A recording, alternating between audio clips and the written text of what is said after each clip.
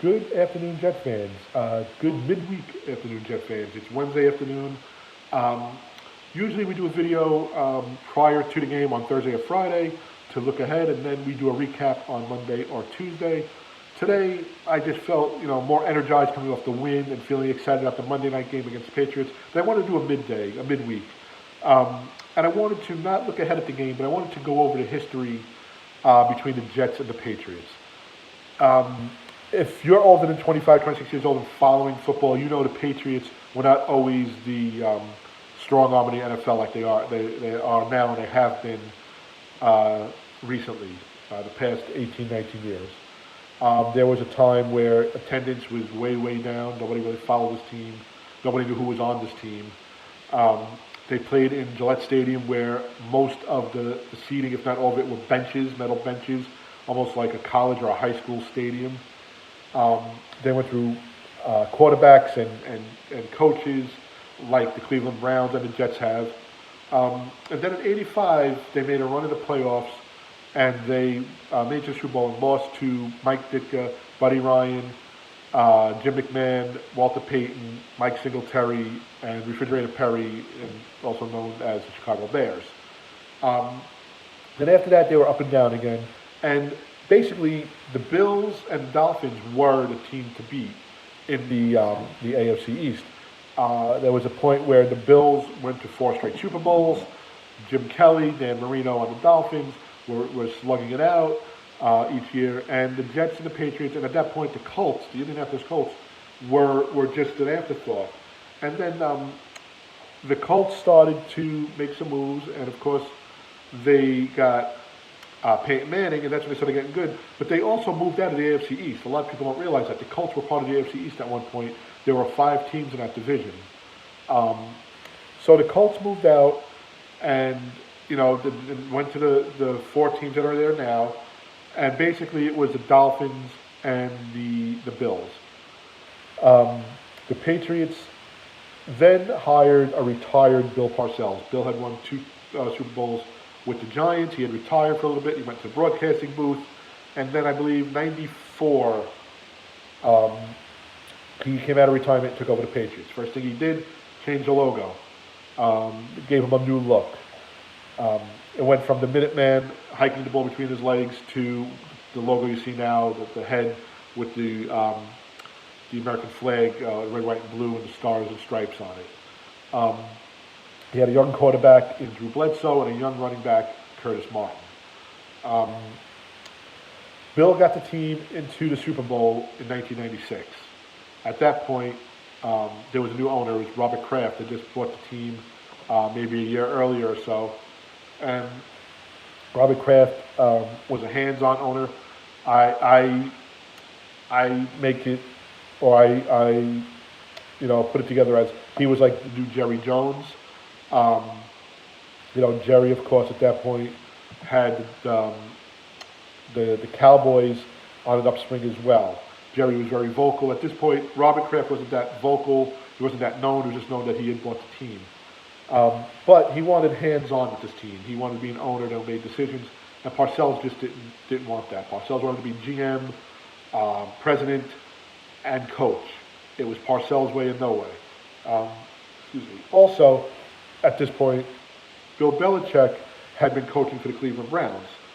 He wasn't part of Parcells' crew anymore. He became the head coach of the Browns, and Romeo Crennel and Charlie Weiss and Tom Coughlin and Eric Mangini, and they were all scattered. These were all Parcells disciples, and they were all scattered. Some of them were with Belichick, some of them with Parcells. So Parcells gets the Patriots into the playoffs, and there's rumblings. There's news that he wants out. And as a Jet fan, we're coming off a 1-15 season. On Rich Kotite's second season, he went 3-13 the first year, and Richie doesn't resign, and the Jets don't fire him. They both come out and make a statement that he won't be coaching anymore. I don't know what that means.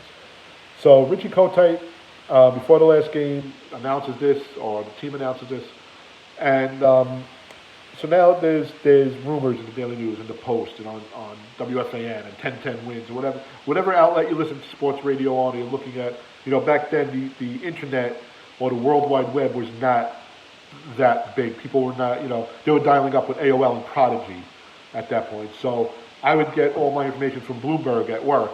But basically, it was you put the headphones on the way home and you listen to the fan, and you hear all these rumblings, and they're saying, once the season ends for the Patriots, Parcells is going to resign, or he's going to be fired. But most likely he'll resign. That's Parcells' way. Usually retires or whatever, and the Jets are going to make a play for him. The Jet ownership at that point was Leon Hess. He owned Hess Oil. That's the green and white. You don't see much Hess anymore. I think they're all Speedways now in gas stations. But he was an older man. He loved this team. It was more, he was a fan who paid for this team than an owner like Robert Kraft or Jerry Jones. So he didn't make a lot of decisions that were football-related decisions. He made them as like a fan decision. But he always wanted to help this team. I don't believe he ever wanted to hurt his team. He always wanted to improve his team. But he'd give jobs to people he knew, like Rich Kotite, people who were loyal to the team. So there was never really a strong foundation of football knowledge in the front office, and that trickled down to the sidelines. We had Pete Carroll for one season, and we got rid of him, and then Pete goes on to win Super Bowls with the San Francisco 49ers as defensive coordinator, win with USC, and now, you've seen what he did with Seattle, and he's still there. So to get Bill Parcells puts us on the map. It puts the Jets on the map. So, of course, through all the playoffs, I'm rooting for the Patriots to lose. And, of course, in Jet fashion, the Patriots make it to the Super Bowl. And they face the Green Bay Packers with Brett Favre. And even during Super Bowl week, you could hear the rumblings. And Patriots lose to the Packers. Reggie White gets a Super Bowl. Brett Favre gets a Super Bowl. And the rumor is, I don't know how true this is, that after the game, Parcells didn't even fly back with the team. He traveled on his own, whether he went back to New Jersey, to Seagirt, or wherever he had a home at that point. But he did not travel back with the team, and he resigns. Well, he was under contract, so he couldn't go play for anybody else, couldn't coach for anybody else. So Leon Hess worked out a deal where he hired Bill Parcells as the consultant to football operations, I believe the title was, and hired Bill Belichick as a Jets head coach. So Belichick is a Jets head coach for the first time. And I say the first time because as I go on with my story, you'll understand what I'm getting to. Kraft, of course, doesn't like that, and he's going back and forth with the NFL. Belichick is as quiet as he always is. And Parcells says in his farewell presser, if they want you to cook the dinner, the least they can do is let you buy the ingredients for the meal, stating that he wants to bring in his own personnel and team. Robert Kraft, who now hires Pete Carroll was a coach of the Patriots, says to Pete Carroll, I just want to be able to push the grocery cart, something to that effect. So they're going back and forth on each other. The NFL intervenes, and the story that Robert Kraft says is that the NFL told them, release Parcells from the contract, we'll give you compensation. It will be good for the NFL, for Parcells to go back to New York. It'll be good for the Jets to get better. It'll be a win-win for the league itself because he's not coming back to the Patriots. So, it's either you don't have him coaching and you get nothing for him, or you have him coach for the Jets. I know it's in the same division, but we'll give you compensation. So now Parcells is now named head coach of the Jets, and he now has Belichick as his assistant head coach and defensive coordinator. Third game of the season, 1997, the Jets are 1-1. They go up to Foxborough, and it's Tuna Bowl Part 1. And the game's going back and forth. Mo Lewis picked off Bledsoe for a touchdown. Neil O'Donnell was sacked 7 times, fumbled 3. But the Jets were still in it. They scored a late touchdown, Keyshawn Johnson, and then recovered a fumble late in the game and sent the game to relief overtime, where the Jets lost to Adam Vinatieri. Adam Vinatieri was, I believe, a rookie that year, and Vinatieri kicks the game winner against the Jets. About 5 weeks later, the Jets host the Patriots. Neil O'Donnell's doing nothing, and Parcells makes the hook, puts in Glenn Foley, and the Patriots wound up losing to the Jets. So they're 1-1, and you could say there was a rivalry, but the Jets got the better of it because the next year the Jets beat the Patriots on Monday night. They beat the Patriots December 26th, I believe, the game was, the day after Christmas. But they had already won the division. The Jets won the division, went to the AFC Championship game and lost. Following year, and here's the irony, opening day, the Jets are favored to go to the Super Bowl probably for the only time in their history. And they're playing the Patriots, and Vinny Testaverde blows out his Achilles tendon, and the season basically goes downhill in '99. So here's the irony, they knocked, Testaverde wasn't knocked out. It was his own step going after a Curtis Martin fumble that blew his Achilles. But they lose Testaverde in probably all Super Bowl hopes that year. Parcells then retires, and he hires and promotes Bill Belichick to head coach of the New York Jets. So now he's the head coach twice for the New York Jets. Honestly, I didn't know much about Belichick at that point. I knew he was a good defensive coordinator. I thought Parcells was the mastermind. So I didn't really know what Belichick was going to give us. Well, Belichick resigned, famous, I resigned my position of HC of the NYJ. He wrote it on a treadmill. He walked in, gave a press conference, and resigned. And I felt at that point Parcells, who was president now of the team, should have stepped back down to coaching for 1 year until they found a replacement. He threw in Al Groh. And Al Groh lasted one season. They started off 4-0. I believe they ended 9-7 and couldn't make the playoffs.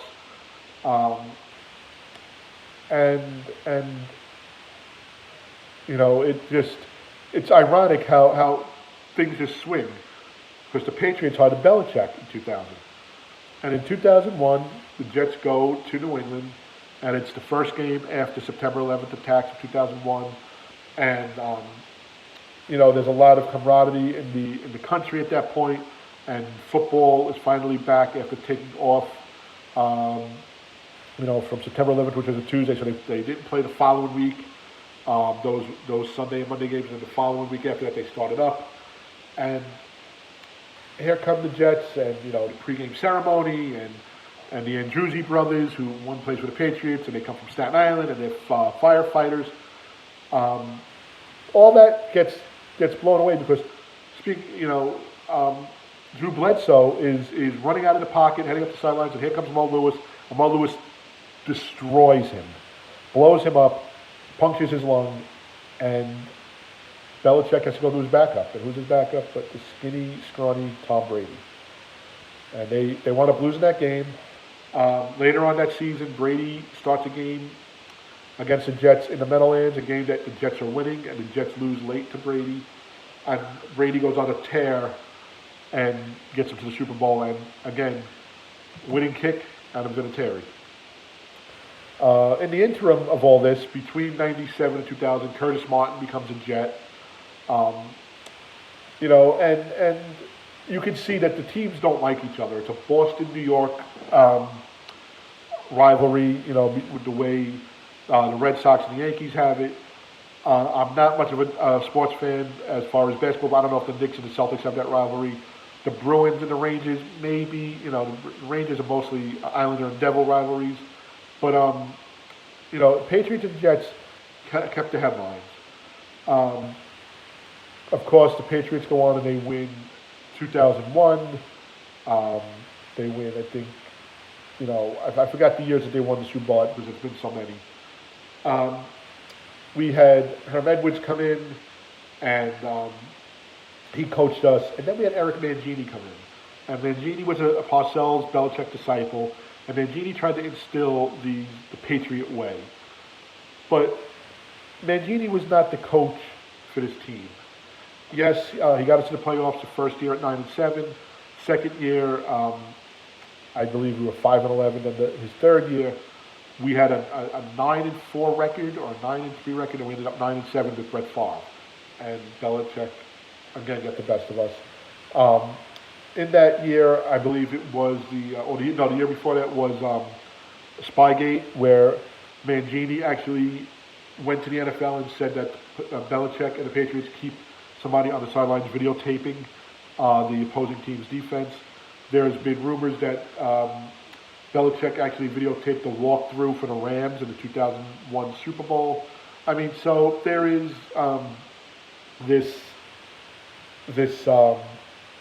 history of Belichick trying to bend the rules as much as he could, and then a disciple of his, who now becomes a rival, basically rats him out. But Mangini only lasted 3 seasons here, and in came Rex. And Rex, in his opening presser, first thing he says, and he just catches everybody by storm. And Rex, for all of you who don't know, Buddy Ryan's son, and Buddy, notorious for being loud and full of himself, and some may say obnoxious, but he was part of the Jets Super Bowl team. He was part of the '85 Bears. He actually punched Kevin Gilbride on the sidelines on a game that the Oilers were playing the Jets. And this is a game that the Oilers, I think, were winning 24-0. And after the Oilers, I think, picked off Boomer Esiason or caused a fumble, the offense caused a fumble, and the Jets recovered. And he's blowing the game away, and he goes after the offensive coordinator. So this is the Ryan pedigree. So Rex comes in, and the first thing he says is, I can't believe all these reporters here. It's like a press conference with the president. I thought I was going to meet the president today, but we'll be doing that soon. Meaning, innuendo 2, when the Super Bowl team wins, they go to Washington to meet the president. And right away, the reporters start clapping, the Jet brass starts clapping, and it's just this new, bravado, this new confidence. Next thing he says is, I'm not here to kiss Belichick's rings. And you got to feel like no coach ever said this. Mangini didn't speak to the media like this. Herm was, you played to win the game. Didn't speak about the other teams. Groh was a very quiet guy. And Parcells spoke about his team, not about what he was going to do to the other team. So this was new for all of us. And of course, second game of the season, home opener at the old Meadowlands. I don't call it Giant Stadium, I call it the old Meadowlands. Probably one of the loudest games I've ever been to. The Jets got to Brady. The Jets now had a rookie, Mark Sanchez, make some plays. I think Brady had like 4 or 5 false starts to delay games. The crowd was the loudest I've ever had. My ears rang until I got home that night. The cement on the level that I was sitting on was actually shaking and vibrating from the sound. That Rex actually had every season ticket holder get a ball. And I still have that ball. I have it actually on my shelf up here. And basically it says, player of the game, Jet fans. 2009, it has the date and it has the score of the game. I think it was 16-9 Jets. So that's the way Rex got the team involved. He made the playoffs that year. We lost the AFC Championship game. Following year, we're taking the next step, and they do Hard Knocks. And, Rex is talking Super Bowl. We signed Santonio Holmes. We signed LaDainian Tomlinson. We signed Jason Taylor. Sanchez on his second year now. We're going to take the next step. And our second game at home, second game at MetLife, it's a new stadium, opens up. We had lost to the Ravens a week before, and the talk was Ravens-Jets in the AFC Championship game. Brady comes to town again, and the Jets beat him. And now it's like the sky's the limit. Both teams go to 9-3. And they're going to face each other in Foxborough, in Gillette Stadium. And it's just, it's the game of the year. The winner of this is going to win the division, and there's no stopping us.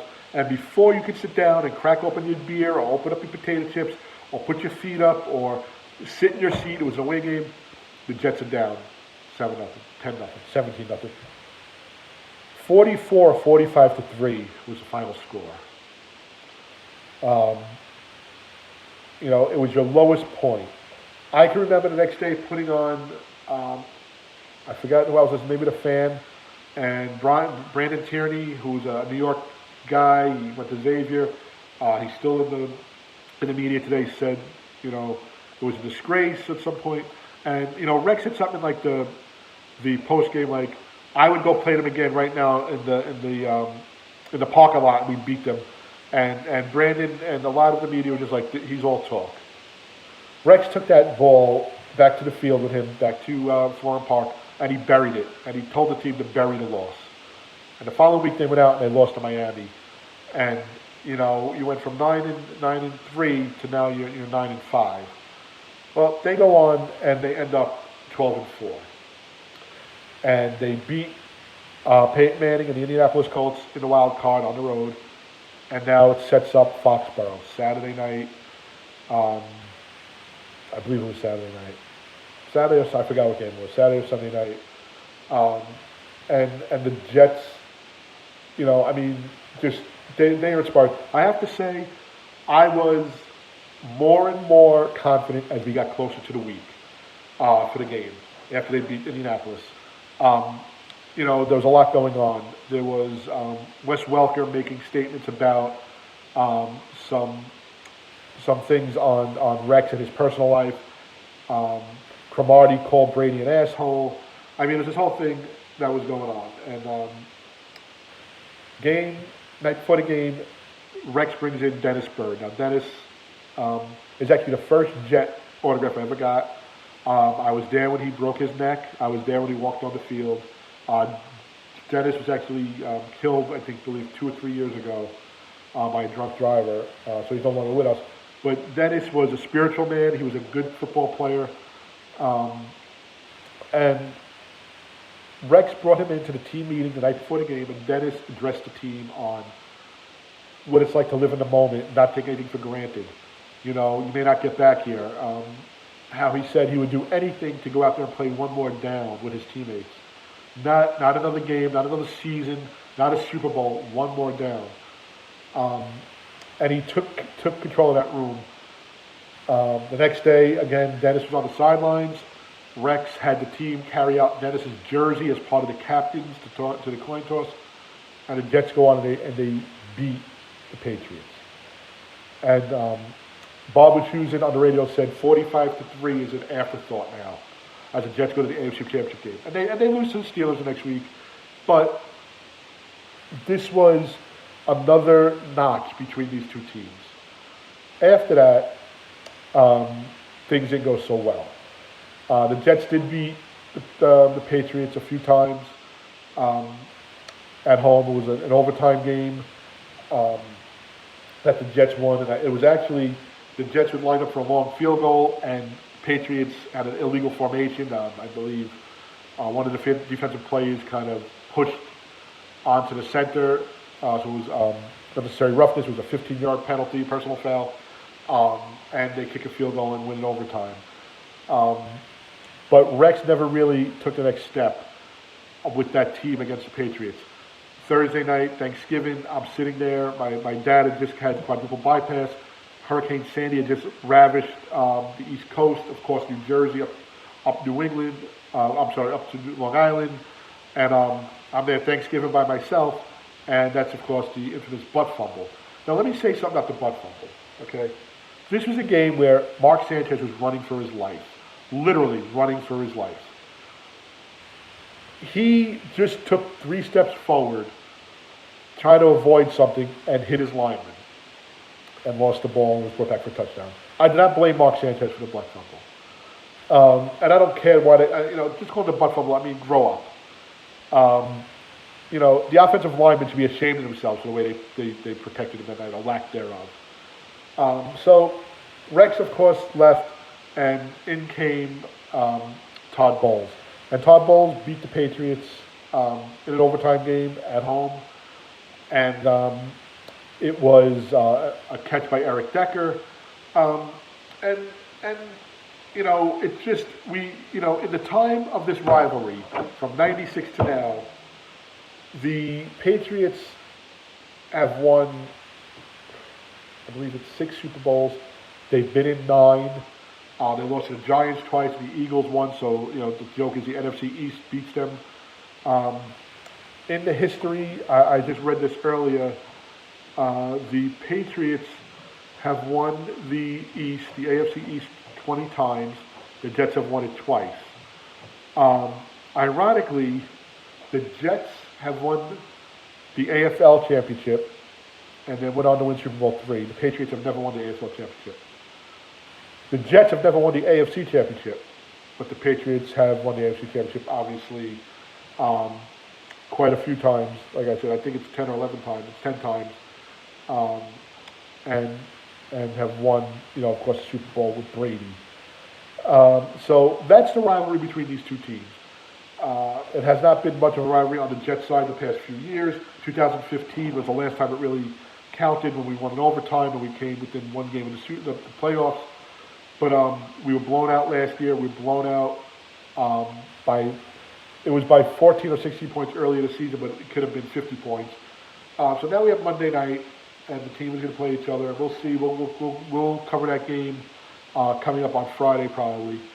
But I just want to give you a little history. In the midst of all this, you had the Curtis Martin trade. You had Leon Hess, who passed away, and then Woody Johnson, who bought the team.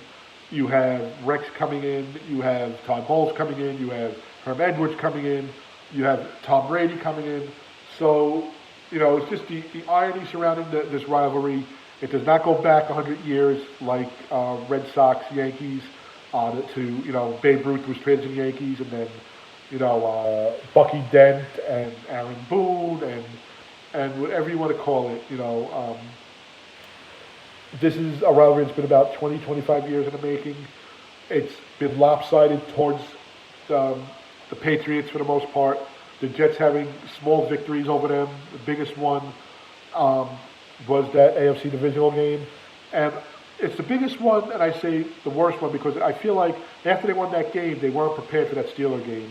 They felt that they could walk over the Steelers, and I think that was a big blow to this team and to the history going forward. Well, to the future of the team, I should say, not the history. So we shall see. I'll cover the game preview on Friday. Of course, all the other NFL games. We are on Facebook, NY Jet Stories. We are on Twitter at NY Jet Stories is our Twitter handle. We are online, www.nyjetstories.com. That's nyjetstories.com. Email us. Send us some comments to our YouTube channel, New York Jet Stories. We're trying to get a podcast up and going. We're trying to get followers. So please, feedback, negative, positive, neutral. Your take on the team. Your take on the game coming up. Your take on the rivalry. Were you ever at any of those games? Your fan interaction. We'd love to hear from you.